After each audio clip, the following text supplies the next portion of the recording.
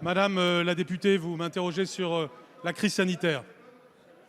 En premier lieu, vous avez raison de souligner que nous sommes dans un moment difficile. Ne l'oublions jamais, le variant Omicron nous a posé de nouveaux problèmes, à nous comme aux autres pays d'Europe. J'ai eu l'occasion la semaine dernière de faire la chronologie de ce qui s'est passé. Et puis, vous savez que depuis la semaine dernière, avec le Premier ministre, avec le ministre des Solidarités et de la Santé, nous avons reçu les organisations syndicales.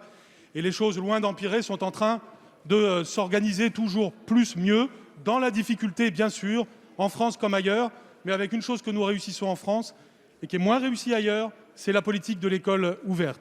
Et nous espérons tous évidemment en sortir bientôt.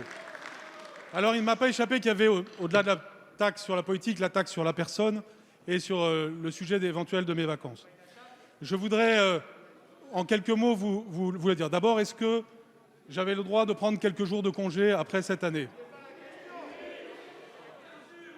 Est-ce qu'il y a des réunions ou des éléments que je devais faire pendant cette période que je n'ai pas fait à cause de ça?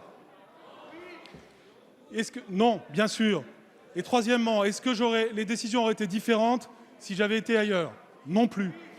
Donc, il y a, je le reconnais, une symbolique. Il se trouve que le lieu que j'ai choisi, j'aurais dû en choisir sans doute un autre. La symbolique, je la regrette. Mais pour le reste, Madame la députée, depuis 2 ans, avec la majorité, avec mes équipes, avec tous les professeurs de France, nous tenons la politique de l'école ouverte. C'est cela qui est l'essentiel et nous ne nous perdons pas dans l'accessoire.